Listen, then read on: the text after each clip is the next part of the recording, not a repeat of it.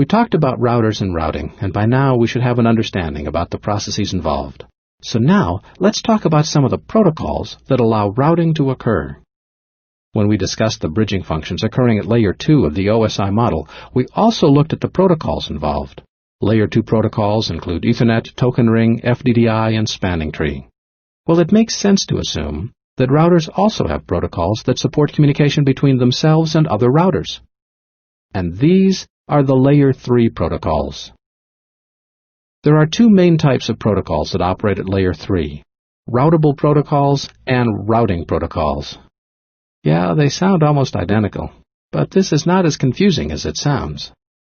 A routable protocol is a protocol that can be forwarded by a router, and a routing protocol is used by routers to communicate with other routers. Let's look at routable protocols first. Take a minute and think about how a router works. A router receives and forwards a packet based on the network address in the packet. However, what if the packet did not contain a network address? Would the router forward it? Nope. That packet is unroutable, and the router discards it. And this brings us back to routable protocols. A routable protocol must contain Layer 3 information. Basically, what this means is there must be a network address in the packet. The most common Layer 3 protocol by far is IP, the Internet Protocol. Additional routable protocols include XNS used by Xerox. Care to guess what XNS stands for?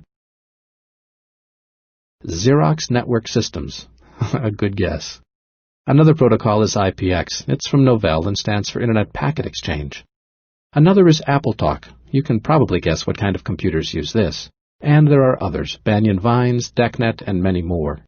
As I mentioned, IP is the most common routable protocol and must be used for communication across the Internet. The others were developed by companies to support their own equipment or to try to compete with IP for global presence. Today, IP is the primary Layer 3 protocol, and all others are gradually becoming less prevalent. Essentially, Ethernet dominates Layer 2 and IP dominates Layer 3. So, if a routable protocol allows communication to be routed across the network, what does a routing protocol do? A routing protocol is designed to allow routers to share what is called reachability information. Reachability is just a long word that defines which networks can be reached through a specific router. For example, if router A is connected to networks 1, 2, 3, and 4, it tells other routers that these networks are reachable through it. This is the reachability information it advertises to the other routers. Because routers have been around for a while, probably longer than most of you, but not me, there are several different protocols to choose. The first, and still most common, is called the Routing Information Protocol, or simply RIP. RIP is a very basic protocol and is only used in small networks. There are actually two versions of this protocol called RIP1 and RIP2.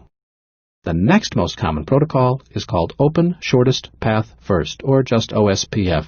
This protocol is more complex and is used for larger networks than those supported by RIP. Finally, there is Border Gateway Protocol, or BGP. BGP is not really a protocol like RIP or OSPF. RIP and OSPF are designed to be used in a corporation's network and allow the routers to share reachability information. BGP, on the other hand, is used as a way to share information between networks, not just routers. For example, if you have a group of networks, some running RIP and some running OSPF, how can you share information between routers on the different networks? You need to use BGP. Now, here's the big question. If BGP is designed to allow different networks to communicate with each other, where do you think is the most obvious place BGP would be used? Now think big. Think very, very big. I hope you guessed it. The Internet. However, you can also use BGP in large corporate networks to allow multiple networks to communicate. RIP, OSPF, and BGP are the most common of all the Layer 3 routing protocols. However, there are probably over 100 more. Most are proprietary to a specific company or are older and no longer in use, but they are still there. Later in this course, we'll look into the specifics of each of these protocols.